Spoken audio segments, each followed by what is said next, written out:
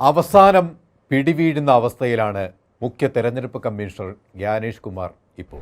മോദി ഭക്തനായി മോദി വരച്ച വരയിൽ അണുവിട വ്യതിചലിക്കാതെ BJPക്ക് വേണ്ടി ഇന്ത്യയുടെ തെരഞ്ഞെടുപ്പ് പ്രക്രിയ അട്ടിമറിച്ചതിലാണ് ജ്ഞാനേഷ് കുമാറിനെ 4 പാടും നിന്നും പിടിമുറുക്കിയതിന് പിന്നാലെ സുപ്രീം കോടതി ഇപ്പോൾ രംഗത്ത് വന്നിരിക്കുന്നത്. 2014 മുതൽ രാജ്യത്ത് നടന്ന തെരഞ്ഞെടുപ്പുകളിലൊക്കെ തന്നെ വ്യാപകമായ അട്ടിമറി നടന്നു എന്ന രാഹുൽ ഗാന്ധിയുടെ ആരോപണം, അതിനെ പിന്താങ്ങി രംഗത്ത് വന്ന് ശക്തിയുക്തം അട്ടിമറി നടന്നുവെന്ന് പ്രതിപക്ഷ പാർട്ടികൾ ഒന്നടങ്കം ശബ്ദമുയർത്തി പ്രതിരോധം തീർത്തതിന് പിന്നാലെ വിവിധ സംസ്ഥാനങ്ങൾ ഹൈക്കോടതിയിലേക്ക്, കോൺഗ്രസ് അടക്കമുള്ള പാർട്ടികൾ സുപ്രീം കോടതിയിലേക്ക് നീങ്ങിയപ്പോൾ അത് സത്യത്തിൽ ജ്ഞാനേഷ് കുമാറിനെ ത്രിശങ്കുവിൽ ആക്കുകയായിരുന്നു.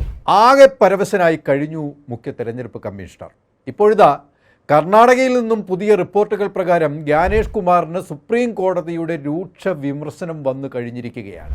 ബംഗാളിൽ 1.25 കോടി വോട്ടർമാരെ പുറത്താക്കിയ തെരഞ്ഞെടുപ്പ് കമ്മീഷന്റെ നടപടിയിൽ ശുപാർശ ചെയ്യപ്പെട്ടതിന് പിന്നാലെയാണ് കോടതി കർശന നിർദ്ദേശം പുറപ്പെടുവിച്ചിരിക്കുന്നത്. SIR നടപടിയിൽ ആശങ്കയിൽ പരാതി ഉന്നയിച്ചിട്ടുള്ള സംസ്ഥാനങ്ങളും പാർട്ടികളും ജനങ്ങളും അടക്കം എല്ലാവർക്കും ഹിയറിംഗ് നൽകണമെന്നും ഓരോരുത്തർക്കും കൃത്യമായ അറിയിപ്പുകൾ നൽകണമെന്നും കോടതി ഉത്തരവിട്ടിരിക്കുന്നത്. മുൻപ് ബീഹാറിൽ SIR ആരോപണം ഉയർന്ന സാഹചര്യത്തിൽ തെരഞ്ഞെടുപ്പ് കമ്മീഷണർ ജ്ഞാനേഷ് കുമാർ അവകാശപ്പെട്ടത് ഒരു അപ്പീൽ പോലും വന്നില്ല എന്നതാണ്. സത്യത്തിൽ വോട്ടർ പട്ടികയിൽ നിന്നും പേരുകൾ ഒഴിവാക്കിയ കാര്യം ആരും അറിയാത്തത് കൊണ്ടാണ് പരാതികളുമായി പോകാതിരുന്നത് എന്നതാണ് വസ്തുത. അത് മറച്ചു വെച്ചുകൊണ്ടാണ് കോടതിയുടെ കണ്ണിൽ പൊടിയിടാനുള്ള ശ്രമം കമ്മീഷൻ നടത്തിയത്. എന്നാൽ ബംഗാളിലെയും മറ്റ് സംസ്ഥാനങ്ങളിലെയും സമാനമായ വിഷയം ഉയർന്നു വന്നപ്പോഴാണ് കോടതി ഇക്കാര്യത്തിൽ അതീവ താൽപ്പര്യത്തോടെ ഇടപെടൽ നടത്തിയിരിക്കുന്നത്. പരാതികളുടെ വെളിച്ചത്തിൽ കമ്മീഷന്റെ കള്ളക്കളി കോടതിക്ക് ബോധ്യമാവുകയും ചെയ്തതോടെ ഇക്കാര്യത്തിൽ ചില മാനദണ്ഡങ്ങൾ മുന്നോട്ട് വച്ചിരിക്കുകയാണ് ഇപ്പോൾ കോടതി. ഇനി മുതൽ പട്ടികയിൽ നിന്നും ഒഴിവാക്കിയവരുടെ വിശദാംശങ്ങൾ വെബ്സൈറ്റിൽ മാത്രം നൽകിയാൽ പോരാ, ഗ്രാമങ്ങളിൽ ഇൻ്റർനെറ്റ് സൗകര്യമില്ലാത്തവർക്ക് കൂടി അറിയാൻ സാധിക്കുന്ന രീതിയിൽ ബ്ലോക്ക് ഓഫീസുകളിലും വാർഡ് ഓഫീസുകളിലും നോട്ടീസ് ബോർഡിൽ പ്രദർശിപ്പിക്കണം. പരാതികൾ സമർപ്പിക്കുമ്പോൾ അതിന് രേഖാമൂലമുള്ള രസീതുകൾ നൽകണം. ഒരാളുടെയും പരാതികളിൽ കഴമ്പില്ല എന്ന് തോന്നിയാൽ പോലും അവർക്ക് നേരിട്ട് ഹാജരാകാൻ അവസരം നൽകണം. ഇത്തരം ഹിയറിംഗിൽ പരാതിക്കാർക്കൊരു പ്രതിനിധിയെ കൂടെ കൂട്ടാം. അത് രാഷ്ട്രീയ പാർട്ടികളിലെ ബൂത്ത് ലെവൽ ഏജന്റുമാരാകാം എന്നും കോടതി വ്യക്തമാക്കുകയാണ്. ഇത് സാധാരണക്കാരായ പൗരനെ തെറ്റിദ്ധരിപ്പിക്കാനോ അവരുടെ വോട്ടവകാശം ഇല്ലാതാക്കാനോ ഉള്ള ശ്രമങ്ങൾക്ക് തടയിടാനാണ് എന്നതാണ് കോടതിയുടെ ഈ നീക്കത്തിൽ തെളിയുന്നത്. മറ്റൊരു പ്രധാന കാര്യം, അക്ഷരപ്പിശകുകളിൽ വയസ്സ് സംബന്ധിച്ച നേരിയ വ്യത്യാസങ്ങൾ നിമിത്തം വോട്ടർ പട്ടികയിൽ നിന്നും ഒഴിവാക്കാനുള്ള കാരണമായി ഇതെടുക്കാൻ പാടില്ല എന്നതാണ്. അമ്മയും മക്കളും അച്ഛനും മക്കളും തമ്മിൽ വയസ്സ് വ്യത്യാസം കാണിക്കുന്ന സാങ്കേതിക പ്രശ്നങ്ങളും ഒഴിവാക്കാനുള്ള കാരണമായി കാണരുത് എന്ന് കോടതി പറയുന്നു. ബംഗാളിൽ തൃണമൂൽ കോൺഗ്രസ് നേതാക്കളായ ഡെറിക് ഒബ്രിയാൻ, ഡോല സിംഗ് എന്നിവർ നൽകിയ ഹർജിയിൽ മുതിർന്ന അഭിഭാഷകൻ കപിൽ സിബലാണ് ഹാജരായത്. Chief justice Suryakant, justice Dipankar Datta, justice ജോയി മാലാബാഗ്ചി എന്നിവരടങ്ങിയ ബെഞ്ചാണ് നിർണായകമായ ഈ ഉത്തരവ് പുറപ്പെടുവിച്ചത്. ഇതിൻ്റെ ആഘാതം മാറുന്നതിന് മുൻപ് തന്നെ കർണാടകയിൽ നിന്നും അടുത്ത പ്രഹരം കിട്ടി കമ്മീഷന്.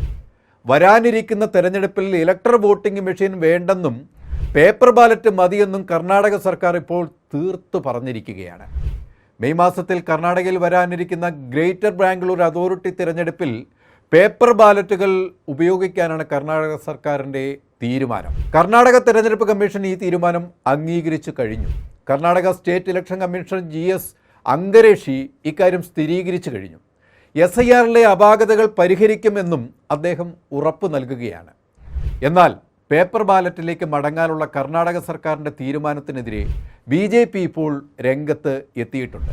സർക്കാരിൻ്റെ ഈ തീരുമാനം ഡിജിറ്റൽ ഇന്ത്യയുടെ വളർച്ചയ്ക്ക് തടസ്സമാണ് എന്നതാണ് BJP ഉന്നയിക്കുന്ന കാരണം. എന്നാൽ പേപ്പർ ബാലറ്റ് ഉപയോഗിക്കുന്നത് സുപ്രീം കോടതി നിരോധിച്ചിട്ടില്ല എന്നും അതാത് സംസ്ഥാന കമ്മീഷൻ ഇതിൽ സ്വതന്ത്ര തീരുമാനങ്ങൾ എടുക്കാമെന്നുമുള്ള ചട്ടം ഇപ്പോഴും നിലവിലുണ്ട് എന്നാണ് കർണാടക തെരഞ്ഞെടുപ്പ് കമ്മീഷണർ GS അങ്കരേഷി പറഞ്ഞത്.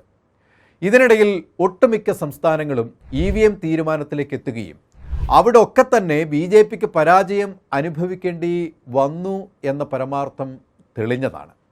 BJP ഭരണത്തിൽ കയറിയ സംസ്ഥാനങ്ങളിലെല്ലാം EVM സംവിധാനമാണ് 2014 മുതൽ കർശനമായി നടപ്പിലാക്കിയത്. അതിനാൽ തന്നെ വ്യാപകമായ അട്ടിമറികൾ തെരഞ്ഞെടുപ്പിൽ നടന്നു എന്ന് ചൂണ്ടിക്കാട്ടി പ്രതിപക്ഷം രംഗത്ത് വന്നതും രാജ്യവ്യാപകമായി വൻ കോളിളക്കം സൃഷ്ടിച്ചിരുന്നു. വിവിധ പാർട്ടികൾ ഇലക്ട്രോണിക് വോട്ടിംഗ് മെഷീനിൽ അവിശ്വാസം പ്രകടിപ്പിച്ച് രംഗത്ത് വന്നിരുന്നു. ഇലക്ട്രോണിക് വോട്ടിംഗ് മെഷീൻ ചോദ്യചിഹ്നമായി ഉയർന്നപ്പോൾ തിരഞ്ഞെടുപ്പുകളിൽ VVPAT സ്ലിപ്പുകൾ പൂർണ്ണമായി എണ്ണണമെന്ന് ആവശ്യപ്പെട്ട് ഇന്ത്യ മുന്നണിയും രംഗത്ത് വന്നു. ഇന്ത്യ മുന്നണി പാസാക്കിയ പ്രമേയത്തിൽ വോട്ട് ചെയ്ത ശേഷം കാണുന്ന വിപാറ്റ് സ്ലിപ്പ് വോട്ടറുടെ കൈവശം ലഭിക്കുകയും തുടർന്ന് അത് പരിശോധിച്ച് ഉറപ്പുവരുത്തിയതിനു ശേഷം പ്രത്യേക പെട്ടിയിൽ നിക്ഷേപിക്കാനുമുള്ള സാഹചര്യം ഉണ്ടാക്കണം. തുടർന്ന് എല്ലാ സ്ലിപ്പുകളും എണ്ണണമെന്നുമുള്ള നിർദ്ദേശങ്ങളാണ് കോൺഗ്രസ് ആ പ്രമേയത്തിൽ പാസാക്കിയത്. ബംഗാളിൽ തദ്ദേശ തെരഞ്ഞെടുപ്പിൽ EVM മാറ്റി നിർത്തി ബാലറ്റിൽ തെരഞ്ഞെടുപ്പ് നടത്തിയപ്പോൾ BJPയുടെ പൊടി പോലും ഉണ്ടായിരുന്നില്ല. ബംഗാളിന് പിന്നാലെ ഇപ്പോൾ കർണാടകയിലും ഈ തീരുമാനത്തിലേക്ക് എത്തുമ്പോൾ തമിഴ്നാടും ബാലറ്റിലേക്ക് വന്ന് തെരഞ്ഞെടുപ്പ് നടത്താനുള്ള ശ്രമത്തിലാണ്. സംസ്ഥാനങ്ങളിലെ ഈ നീക്കം BJPക്ക് ആശങ്ക കൂട്ടുകയാണ്. കാരണം തെരഞ്ഞെടുപ്പ് സുതാര്യമായി നടക്കുമെന്നത് BJPയുടെ തകർച്ചയ്ക്ക് വഴിവെക്കുമെന്ന് അവർക്ക് നന്നായി അറിയാം. BJPക്ക് അനുകൂലമായി ക്രമീകരിച്ചു വെച്ച ഒരു സംവിധാനമാണ് ഇലക്ട്രോണിക് വോട്ടിംഗ് മെഷീൻ എന്നാണ് പ്രതിപക്ഷം പറയുന്നത്. ഏത് ചിഹ്നത്തിൽ വോട്ട് ചെയ്താലും അത് താമരയിൽ വീഴുമെന്നതിൻ്റെ തെളിവുകൾ പല തിരഞ്ഞെടുപ്പിലും തെളിവ് സഹിതം പുറത്തു വന്നതാണ്. പഞ്ചാബിലെ 22 ജില്ലാ പരിഷത്തുകളിലെ 347 സോണുകളിലേക്കും 153 പഞ്ചായത്ത് സമിതികളിലെ 2238 സോണുകളിലേക്കുമുള്ള അംഗങ്ങളെ തിരഞ്ഞെടുക്കുന്നതിനുള്ള തിരഞ്ഞെടുപ്പ് ബാലറ്റ് പേപ്പറിലാണ് നടത്തിയത്. 48% വോട്ടർമാർ പോളിംഗ് രേഖപ്പെടുത്തിയപ്പോൾ 90,000-ത്തിലധികം സ്ഥാനാർത്ഥികൾ മത്സരിച്ചു. അവിടെ ആം ആദ്മിയും കോൺഗ്രസും വിജയക്കൊടി പാറിച്ചപ്പോൾ BJP നില അമ്പേ പരിങ്ങലിലായി. ഇന്ത്യയിൽ BJPയുടെ തനിനിറം നമുക്ക് വെളിവാക്കി തരുന്നതാണ് ഇതൊക്കെ തന്നെ. 153 പഞ്ചായത്ത് സമിതികളിൽ 2838 സോണുകളിലായി BJP ഏറ്റവും പിറകിലേക്ക്, അതായത് വെറും പരാജയത്തിൻ്റെ പടുകുഴിയിലേക്ക് BJP തകർന്നടിഞ്ഞു എന്നത് ബാലറ്റ് പേപ്പറിൻ്റെ ശക്തിയാണെന്ന് ജനം തിരിച്ചറിഞ്ഞു കഴിഞ്ഞു. നല്ലൊരു മാറ്റത്തിൻ്റെ കാറ്റാണ് ഇത്. മങ്ങിത്തുടങ്ങിയ BJPയുടെ പ്രഭാവം വ്യക്തമാകുമ്പോൾ രാജ്യത്തൊരു പുതിയ കുതിപ്പിൻ്റെ കോൺഗ്രസ് ഭാവമാണ് തെളിയുന്നത്. രാഹുൽ ഗാന്ധി രാപ്പകലില്ലാതെ BJPയുടെ കാട്ടുകൊള്ളത്തരങ്ങൾക്കെതിരെ ശബ്ദമുയർത്തുമ്പോൾ അത് രാജ്യത്തിൻ്റെ യഥാർത്ഥ അടിത്തറയ്ക്ക് കെട്ടുറപ്പ് നൽകുകയാണ്.